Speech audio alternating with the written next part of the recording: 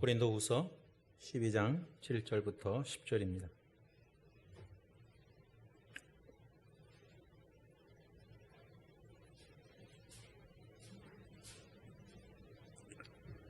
여러 계시를 받은 것이 지극히 크므로 너무 자만하지 않게 하시려고 내 육체의 가시 곧 사탄의 사자를 주셨으니 이는 나를 쳐서 너무 자만하지 않게 하려 하심이라. 이것이 내게서 떠나가게 하기 위하여 내가 3번 주께 간구하였더니 나에게 이르시기를 내 은혜가 네게 족하도다. 이는 내 능력이 약한 데서 온전하여 짐이라 하신지라. 그러므로 도리어 크게 기뻐함으로 나의 여러 약한 것들에 대하여 자랑하리니 이는 그리스도의 능력이 내게 머물게 하려 함이라. 그러므로 내가 그리스도를 위하여 약한 것들과 능력과 궁핍과 박해와 공고를 기뻐하노니 이는 내가 약한 그때에 강함이라. 아멘. 물론 제가 지난주에 주일에 왔습니다만 여러분들의 기도와 격려 덕분에 미국을 잘 다녀왔습니다. 불과 넉 주 만에 코로나 바이러스 테스트만 5번을 했습니다. 이 콧구멍이 아주 이제 그걸 통해서 하여간에 코로나 바이러스로 인해서 우리의 삶이 정말 많이 변했다는 것을 다시 한번 절감하는 계기가 됐습니다.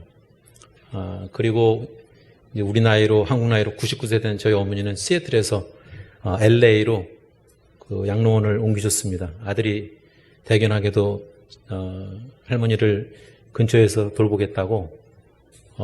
근데 이제 다른 딸들은 그게 가능하겠느냐? 오빠가 그러지 않을 거다라고 그랬는데 오늘까지 보니까 매 주마다 가까운 거리가 아닌데 한 50분 정도 고속도로 타고 내려가야 되는데 매 주마다 아들하고 며느리가 찾아가 뵙는 거 보고 좀 기대를 좀 갖습니다. 미안한 마음도 들고요.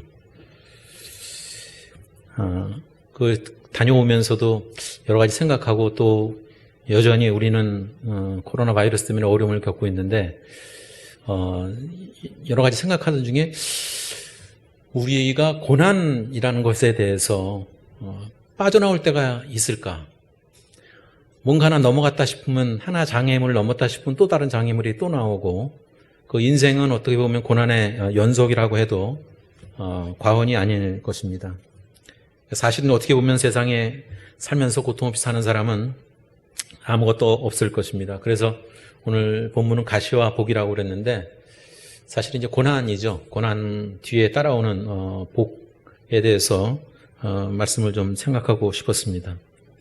제가 1980년대 미국에 공부하러 가서 맞닥뜨린 충격은 언젠가도 말씀드렸지만 그 당시에 이미 그 동성애자들이 많다는 것과 또 한편으로는 공부하러 갔는데 수업 시간에 있는 팝 퀴즈란 거였어요.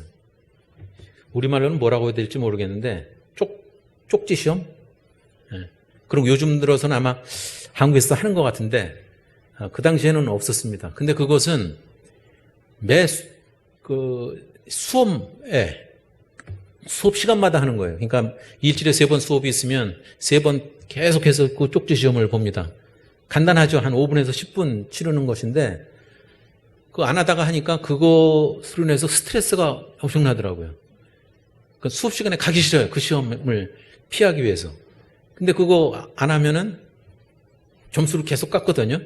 그러니까 미국 교수들은 내가 생각해 보니까 그때 미국 교수들은 참 정성도 깊어요. 그거를 본인이 다 채점을 하거든요. 한국에서는 조교들 시켜서 하는데 교수가 그 많은 학생들을 그 채점을 다 보고서 하는 거예요. 기록을 하고 나중에 이제 기말에 저거 합니다. 그렇지만 저희로서는 중간고사, 기말고사에만 익숙해져 있던 저에게는 정말 힘이 들었습니다. 그렇지만 그 팝 퀴즈로 인해서 매 수업마다 치르는 팝 퀴즈로 인해서 기말고사 준비하는데 힘이 덜 들었습니다. 그런 거 보면 그렇게 문제의식을 갖고 힘들어할 때 뭔가 그 다음에 발전이 있습니다. 어찌 보면 공부할 때 그 전과 같은 거에서 공부 이렇게 연습 문제를 풀잖아요. 그럼 그게 힘드니까 연습 문제 풀면서 답안지 놓고 연습 문제 푸는 경우가 있죠. 그런 것처럼 바보스러운 짓은 없어요. 그렇게 하면 안 돼요. 연습 문제에서 하다가 틀렸을 때 그것이 교훈이 돼서 그것이 기억에 남아서 정작 시험 볼 때 그 문제를 해결할 수 있습니다. 그러니까 세상에서 우리가 살아오면서 아무렇지도 않게 넘어갔던 일들, 그런 것들은 기억을 잘 못합니다. 여러분들 우리의 기억 속에서도 오래 산 만큼 정말 좋았던 일, 실질은 좋았지만 머리에 기억에 남는 게 별로 없습니다. 다 잊어버렸죠. 하지만 충격적인 사건들, 그런 것들은 뇌리에 늘 남아 있습니다. 뭔가 한번 실수를 했을 때 그것을 하지 않으려고 하는 그런 마음이 생깁니다. 우리가 고난을 받을 때, 힘들어할 때 사람들이 쓰는 말이 십자가를 진다는 표현도 가끔 쓰는데 이것은 상당한 부분 오해일 경우가 많습니다. 식구들 중에 아픈 분들이 있었을 때 그런 것들, 또 어떤 오랜 기간 동안 어떤 희망도 없이 살아가는 그런 문제들 가운데서 그것을 내가 감당했을 때 그걸 십자가를 진다고 표현하기도 하지만 그거는 실제로는 그런 건 아닙니다. 물론 괴롭고 큰 고통임에는 틀림없지만 그것과는 다릅니다. 십자가를 진다는 것은 자기의 잘못이 하나도 없음에도 불구하고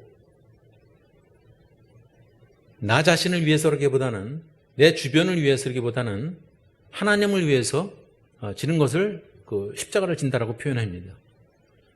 그것은 바로 예수님께서 십자가를 지신 것과 똑같은 것입니다.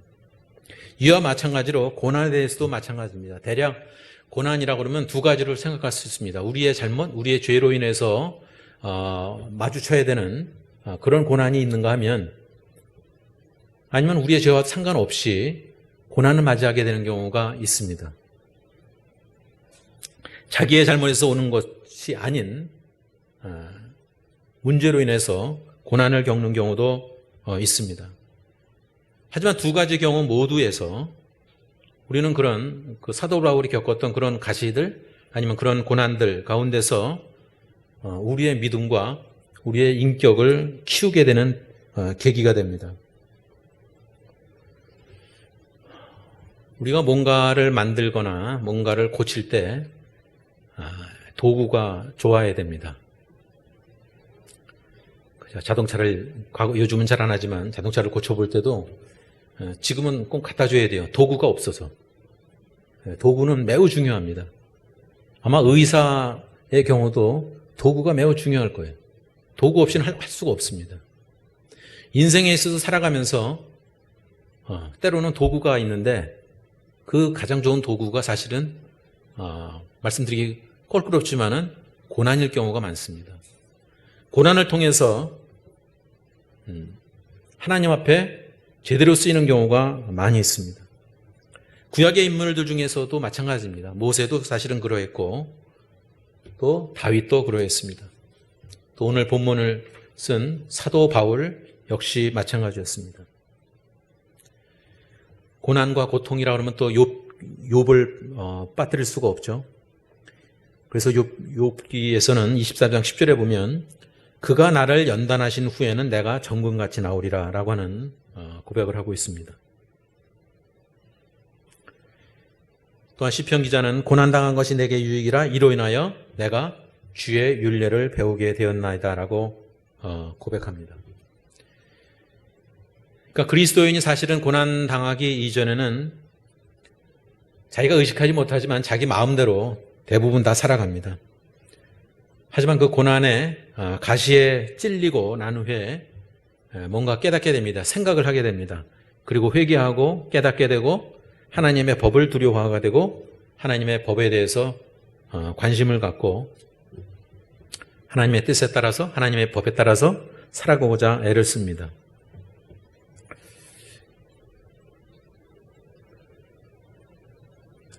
규칙이 좀 다르긴 하지만 한국에서는 농구 같은 거 할 때 파울이란 게 있습니다. 5번 혹은 미국 농구에서는 6번을 하면은 퇴장이에요. 그럼 한 4번쯤 하면은 감독이 선수를 빼줍니다. 마지막을 위해서. 그 본인도 웬만하면 이제는 파울을 안 하려고 애를 씁니다. 더 충격적인 사건은 얼마 전에 이제 테니스 프렌치 오픈이 끝나고 이제 좀 있으면 또 윈블던 오픈이 시작되는데 작년에 US 오픈을 할 때 지금도 아마 세계 1위일 거예요. 조코비치라고 하는 선수가 있습니다. 근데 이 선수가 1세트에 4회전까지 올라갔는데 1세트에서 아마 스페인 선수인가 어느 선수하고 하다가 질 것 같으니까 그냥 화가 나서 공을 이렇게 탁 쳤는데 저 상대편에 있는 인, 아웃 이러고 하는 분이 있어요. 주심도 아니고 그 사람에게 목에 가서 맞았어요. 공이. 자기도 의식하지 못했죠. 근데 바로 주심이 실격. 그냥 거기서 탈락했습니다.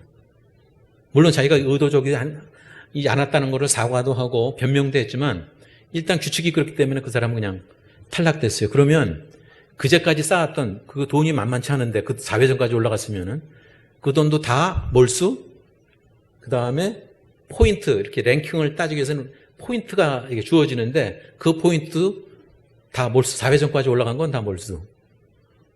굉장히 가혹하더라고요. 그러자 이 조코비치가 그 다음에 장문의 편지, 사과 편지를 씁니다. 어쨌든 간에 정말 자기는 잘못했다. 반성하는 편지를 진정성 있게 썼어요.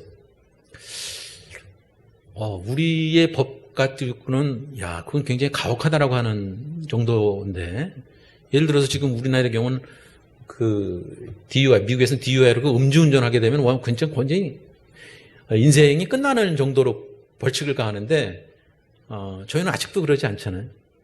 어떤 잘못에 대해서 그렇게 깨닫게 되는 경우가 참 드물어요. 그냥 스무스하게 넘어가요, 그냥. 그런데 그럴수록 그 다음에 문제가 더 커지는 경우가 많이 있습니다. 한번 짚고 넘어가야 됩니다. 요즘은 일반적으로는 부모가 자녀를 때리는 경우는 거의 없죠. 뉴스에 나오는 것처럼 아예 죽이는 경우가 있어서 나 그 정말 괴롭기 그지없습니다만은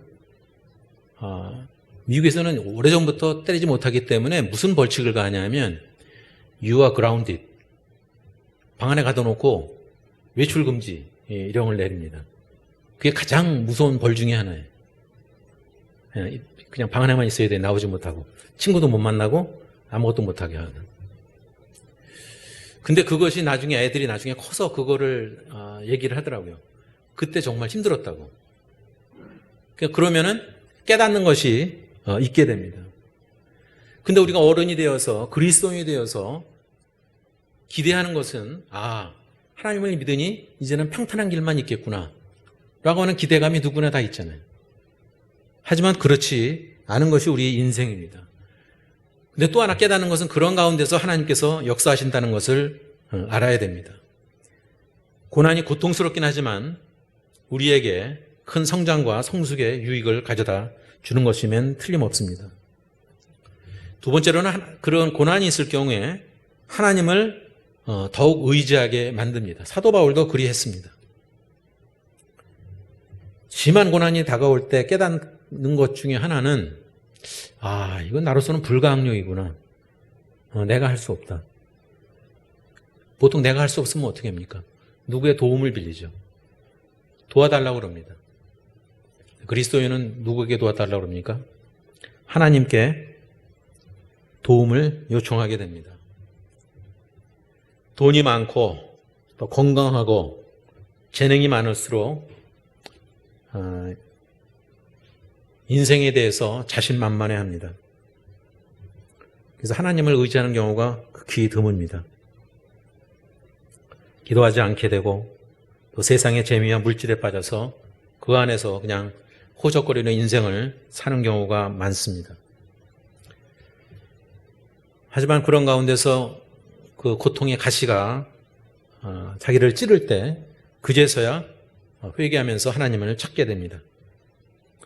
견디기 힘든 문제들이 눈앞에 있을 때 비로소 나는 정말 하나님 앞에서 아무것도 아니라는 것을 고백하게 됩니다.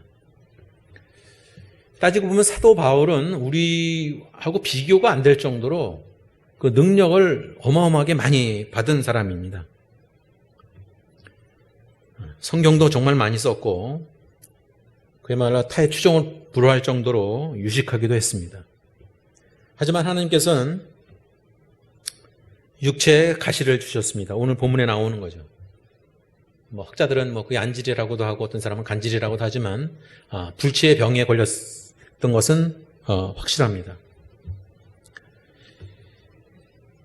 여하튼 사도 바울 같은 그 전도자가 이방인들에 가서 그 힘든 환경에서 전도를 하고 하나님 말씀을 전하는 것이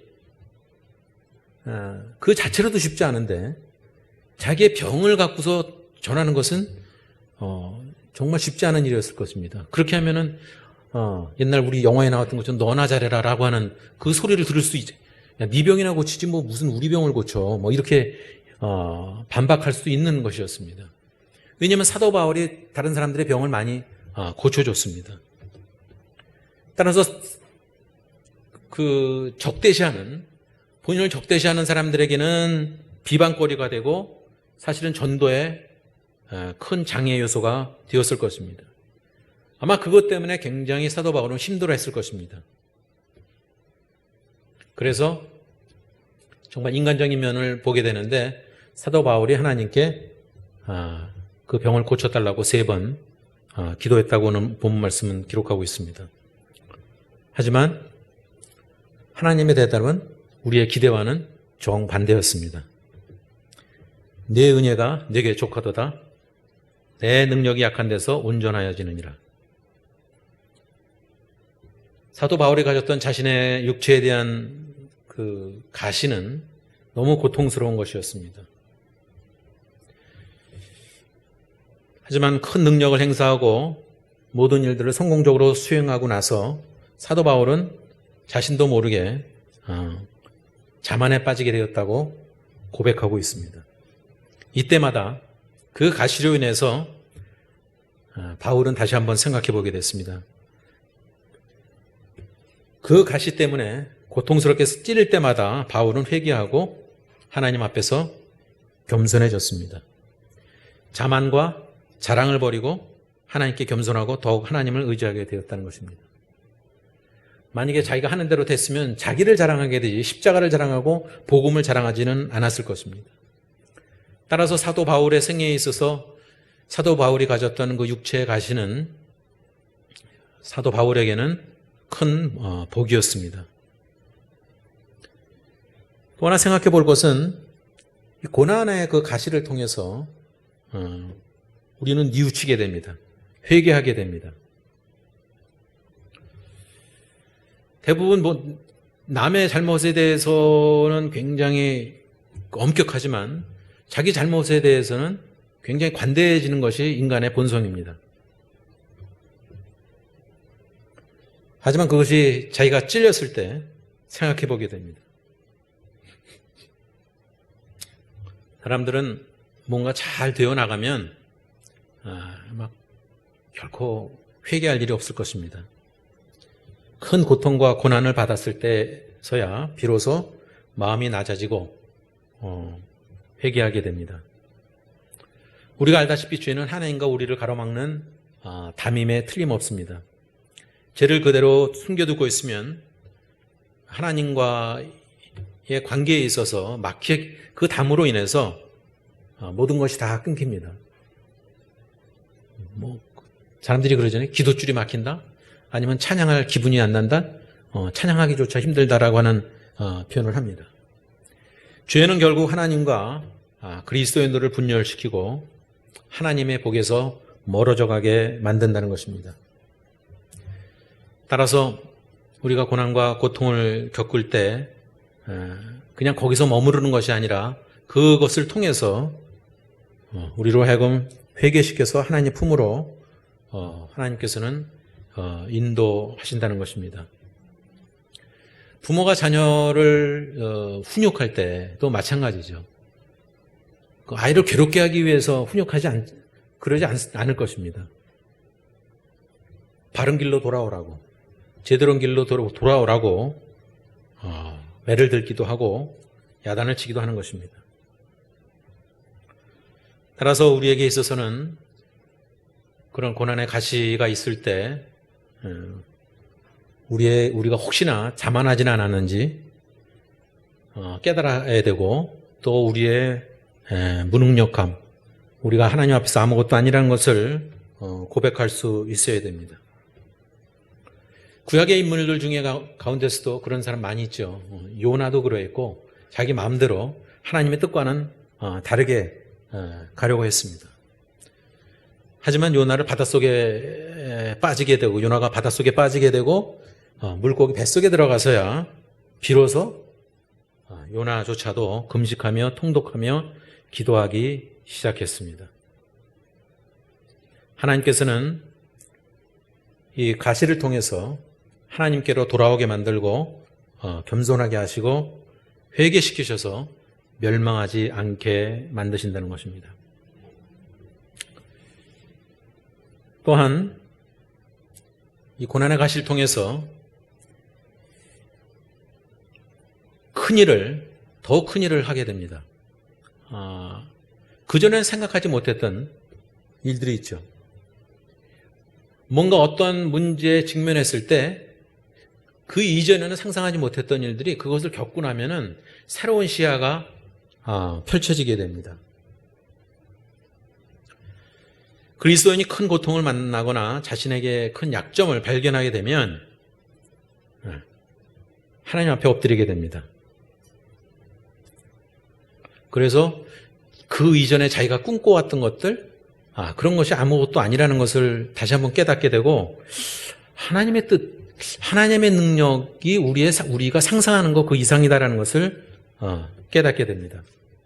그리고 그것을 깨닫게 되면 스스로도 더욱더 노력을 하게 됩니다. 실제로 근대사에서 큰 인물들 가운데서도 그런 사람들이 많이 있습니다.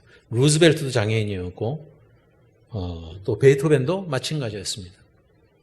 여러분들이 알다시피 청각장애였죠. 물론 이제 그거를 요 근래에 들어서 또 그 서술하는 사람마다 조금 생각이 다르긴 하지만은 청각장애인 것은 분명합니다. 또 하나 좀 소개드리고 싶은 사람은 토스카니라고 하는 사람이에요. 혹시 들어보셨는지 모르겠습니다만 1867년생이니까 과거의 사람이죠. 한 90세까지 살았어요. 1957년에 돌아가셨으니까. 이탈리아 출신의 원래는 첼리스트였습니다. 첼리스트로 시작을 했는데 이 사람이 눈이 안 좋은 거예요. 근시가 너무 심해서 이 악보를 잘 볼 수가 없는 거예요. 그러니까 방법은 곡을 외우는 겁니다. 그냥. 그래서 그것이 훈련이 돼갖고 모든 곡들을, 자기가 연주할 만한 곡들은 다 외웠어요. 그런데 1886년경에 그 아이다를 연주하기로 되어 있는데, 오페라 아이다를 연주하는데, 첼로 연주를 했는데 그 지휘자가 좀 못된 지휘자였나 봐요. 리허설 때도 단원들과도 싸우고 뭐 그러다가 실제로 연주할 때는 잘 안 되니까 자기 좀 몸 아프다고 그냥 자리를 떠나버린 거예요. 그러니까 오페라가 진행될 수가 없잖아요. 그러니까 이걸 어떡하냐 하다가 단원들이 안 거예요. 토스카니, 너 이거 악보 다 너 외우잖아. 네가 지휘 한번 해봐. 그래갖고 나와서 지휘했다가 전곡을 안보로 다 외우고 있으니까 나중에 아는 사실은 이분은 그 오케스트라의 악기별로 된 그거를 곡을 다 외웠대요. 그러니까 흐름만 외운 게 아니라 악기마다 다 외웠답니다. 그러니까 그거를 성공적으로 데뷔를 그냥 한 거예요. 그냥 우연찮게. 그 다음부터는 지휘자로서 세계적인 명성을 얻었습니다. 혹시 여러분들이 들어본 그 헤르베트 폰 카라인이라고 하는 지휘자의 롤 모델이기도 했습니다. 물론 이제 성질이 못 돼갖고 뭐 지휘봉을 꺾어뜨린다든지 연주자들한테 막 욕을 하거나 좀 틀렸으면은 그냥, 그래서 그 별명이 노노래요. 노노. 그거 잘못됐다고. 그래서 별명이 토스카니니가 아니라 토스카노노라고 하는 별명까지 얻었다고 할 정도였습니다. 하지만 그 사람은 그런 일을 겪으면서 자기의 눈 때문에 그런 어려움을 겪으면서 나중에는 본인은 어려울 때 힘이 되신 자기는 하나님께 감사한다고 그랬습니다. 지휘자로서뿐만 아니라 제1차 세계대전, 제2차 세계대전 이런 걸 겪으면서 결국은 이탈리아는 파시즘이 있었죠. 거기 떠나서 미국에서 대부분의 생활을 합니다. 하지만 그거에 대해서 자기의 약점에 대해서 원망하기보다는 오히려 자신이 흘렸던 눈물에 대해서 하나님 앞에 감사를 드리고 눈물 있는 눈으로 하나님께서 바라볼 때 더 똑똑히 하나님이 보인다라고 하는 고백을 했습니다. 사도 바울은 정말 고통스러운 그 가시를 만났습니다. 하필이면 왜 내게 이런 고통을 줬을까? 별로 아무 일 하지 않는 그런 사람한테 그런 그 고난의 가시를 주시지 왜 나같이 하나님 일을 열심히 하고 정말 그 열매도 많은데 왜 나한테 이런 고통을 주셨을까? 원망을 수없이 했을 가능성도 있습니다.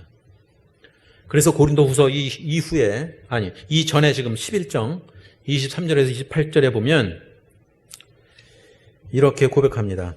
저희가 그리스도의 일꾼이냐 정신없는 말을 하거니와 나도 더욱 그러하도다. 내가 수고를 넘치도록 하고 옥에 갇히기도 더 많이 하고 매도 수없이 맞고 여러 번 죽을 뻔하였으니 유대인들에게 40에 하나 감한 매, 39번의 매를 5번 맞았으며 3번 태장으로 맞고 1번 돌로 맞고 3번 파선하는데 일주야를 기품에서 지냈으며 여러 번 여행에 강의 위험과 강도의 위험과 동족의 위험과 이방인의 위험과 신의 위험과 광야의 위험과 바다의 위험과 거짓 형제 중에 위험을 당하고 또 수고하며 애쓰고 여러 번 자지 못하고 줄이며 목마르고 여러 번 굶고 춥고 헐벗었노라. 이외의 일은 고사하고 오히려 날마다 내 속에 눌리는 일이 있으니 곧 모든 교회를 위하여 염려하는 것이라. 자기의 고통을 생각하는 것이 아니라 어떻게 이렇게 생각할 수 있을까요? 하나님의 교회만을 걱정한 거죠. 하나님께서 주신 사명만을 생각했던 것입니다. 다른 문제들이, 다른 그런 고통들이 육체의 문제들 아니면 매를 맞고 그 매도 뭐 마땅하게 맞은 게 아니잖아요. 억울하게 맞은 것임에도 불구하고 그것을 감당할 수 있었습니다.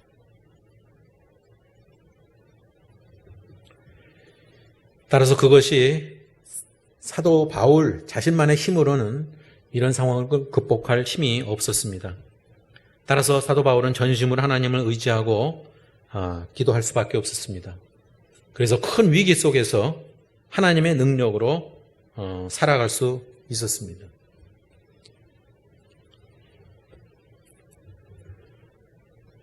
그런 고통에 비하면 어찌 보면 사도 바울이 이룬 그 역사는 그것과 비교가 안 될 정도로 큰 것이었습니다.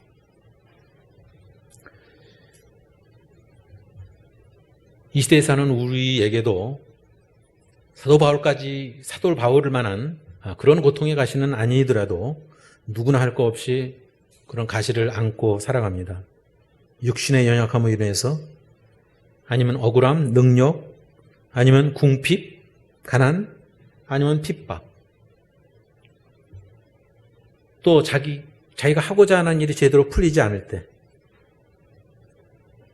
이것은 비단 어른뿐만 아니라 아이들도 마찬가지로 똑같이 느낄 것입니다.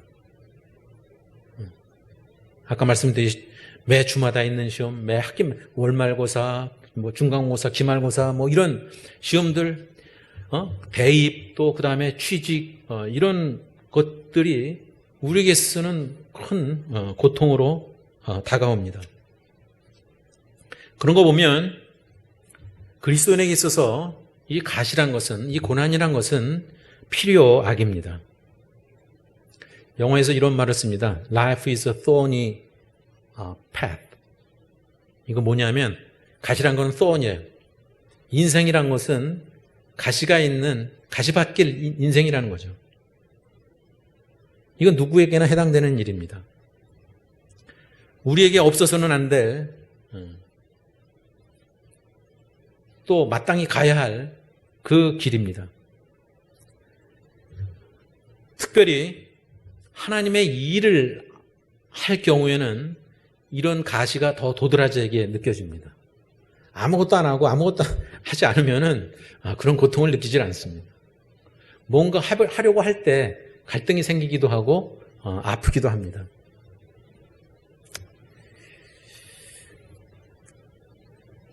준비하다 보니 이거를 히브리어를 보니까 참 재밌어요. 가시란 말이 히브리어로 샤미르란 뜻인데 첫 번째는 가시가 나오고요. 세 번째에 다이아몬드라는 뜻이 있습니다. 그러니까 샤미르가 가시란 뜻도 있고 다이아몬드란 뜻도 있어요. 근데 여기서 다이아몬드는 단지 그냥 뭐 값비싼 보석이란 뜻으로만이 아니고 저 어렸을 때 그게 너무 신기했는데 그 유리를 자를 때 다이아몬드 이렇게 박힌 걸로 자르더라고요. 그러니까 어떻게 이렇게 정확하게 쭉 나가는지.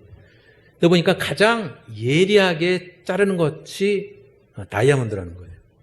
이게 가시라는 것이 굉장히 예리하잖아요. 그와 동시에 다이아몬드도 예리하게 잘라내는 것입니다. 따라서 그런 가시를 만났을 때, 고난의 가시를 만났을 때 어주분 우리의 인생이 하나님 앞에서 좀 더 예리하게 정교하게 다듬어지는 계기가 된다는 것입니다. 이거를 좀 비약하면은 가시가 바로 다이아몬드가 될 수 있다는 거죠. 보석이 될 수 있다는 것입니다. 우리 인생에 그렇게 다이아몬드로 그 가시로 정교하게 인생을 다듬는 기회가 될 수 있습니다. 이 고난의 원인이 사전에서는 이렇게 표현하고 있습니다. 1차적으로 죄에 대한 하나님의 형벌로 볼 수 있다는 거죠. 창세기에도 그랬고 그런 구약의 인물들 가운데서 볼 수 있습니다. 하지만 오늘 본문에서도 보듯이 이 사탄에 대해서 나오죠. 공중 권세를 잡은 사탄이 지배하는 이 세상을 살아가는 그리스도인에게 있어서는 고난은 피할 수 없는 현실인 것입니다. 사도 바울도 겪었습니다. 우리만 아니라 우리가 크게 잘못해서 사탄의 지배를 받는 것이 아니라 이 공중 권세, 이 사탄의 이 세상이 그렇다는 것이죠. 성경을 통해서 볼 수 있듯이 하나님의 백성들의 신앙, 믿음을 지키다가 고난을 겪은 사람들이 많이 있습니다. 하지만 히브리서 기자가 고백하듯이 예수 그리스도께서도 우리 성도를 위해서 친히 고난받으셨으며 그러기에 성도가 당하는 고난의 아픔을 능히 아신다라고 히브리서 기자가 말하고 있습니다. 자, 이제 여기에서 그치는 것이 아니라 저는 이게 제가 제일 좋아하는 말씀 중에 하나인데 사도 바울은 현재 우리가 받는 고난은 현재의 고난은 장차받을 영광과 좋게 비교할 수 없다고 말씀하고 있습니다. 주를 위해 받는 고난의 소중함과 그로 인해서 주어지는 복을 말씀하고 있습니다. 따라서 그리스도인은 고난당할 때 하나님을 통해서 위로받고 또 하나님의 도우심을 사모해야 됩니다. 또한 고난당하는 자들을 볼 때 주님께서 불쌍히 여기셨듯이 우리도 그들을 위해서 기도하고 도와줘야 합니다. 우리는 조금만 잘 나간다 싶으면 복 받았다 싶으면 교만해지고 나태해지기 쉽습니다. 그럴 때마다 우리 스스로가 하나님께서 내게 주신 가시를 생각해보며 살아야 됩니다. 큰 가시일수록 하나님의 복이 더 클 줄로 믿습니다. 이 땅에 사는 동안 어느 누구도 이 가시를 없앨 수는 없습니다. 따라서 우리에게 가시가 있을 때 사람에게 의지하거나 아니면 자랑하거나 그러지 않고 오직 하나님 앞에서 복음만을 사랑하고 십자가를 자랑하는 우리 모두가 될 수 있기를 바랍니다. 여러분이 갖고 있는 가시를 통해서 하나님께 오히려 감사하고 승리하고 그 안에서 복을 누리는 우리 모두가 되기를 예수님의 이름으로 축원합니다.